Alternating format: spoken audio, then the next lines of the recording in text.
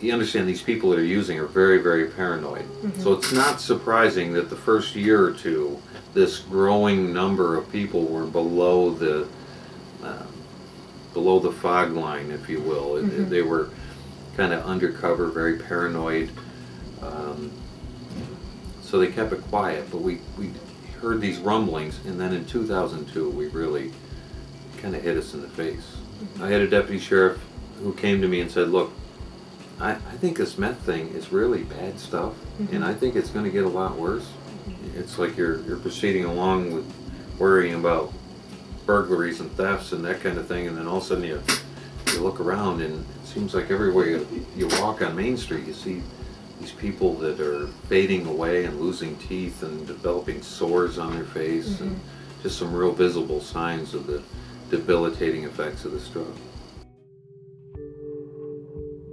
They use anhydrous ammonia, which can be fatal if you inhale it. We know that for sure because we had someone here in Towanda who was making a batch and inhaled some of the fumes and actually died because of that. Lithium batteries, sulfuric acid, engine starter fluid, and they put this in their system. They make it. It's not like they're buying something they don't know what went into it. They have all these nasty, poisonous things, put it together, and then stick this in their veins or smoke it.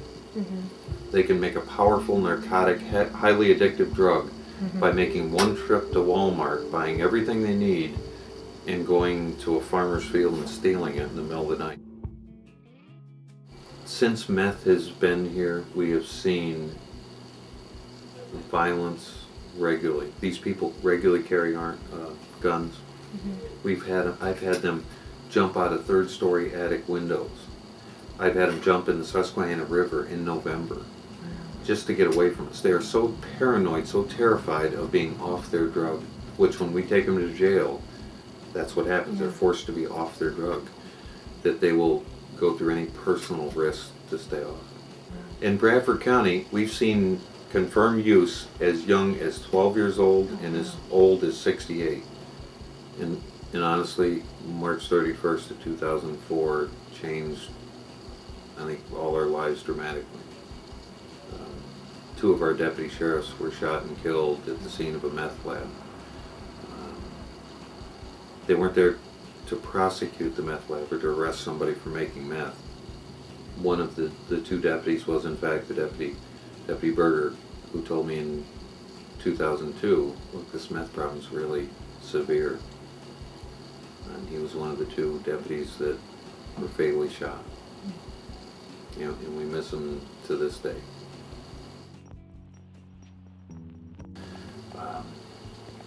They just came from this residence they were watching, and they had some meth on them. So interviewed them. They said they're cooking meth right then. We worked all night long, got a search warrant. 6:30 the next morning, we go in, raid this place.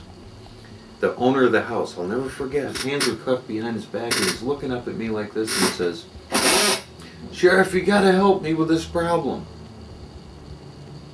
Meaning, he's cooking meth, and he needs help with this thing that's bigger than he is, this cooking meth problem he has. 11 o'clock that night, they were making a batch. 6:30 next morning, they were in the middle of a second batch, and they were making another batch. So they just non-stop cooked, around the clock. That guy, I arrested him, took him to jail. He made bail. His family bailed him out 47 days later. I knew 3 hours later that this guy got bailed out because I got a call from a confidential informant that said he was trying to get some pseudoephedrine 3 hours after getting released. Now, that's how powerful this is. The path only leads one place. When they're on meth and they're hooked on meth, they're going to die. And the question is, how many others are they going to hurt on the way?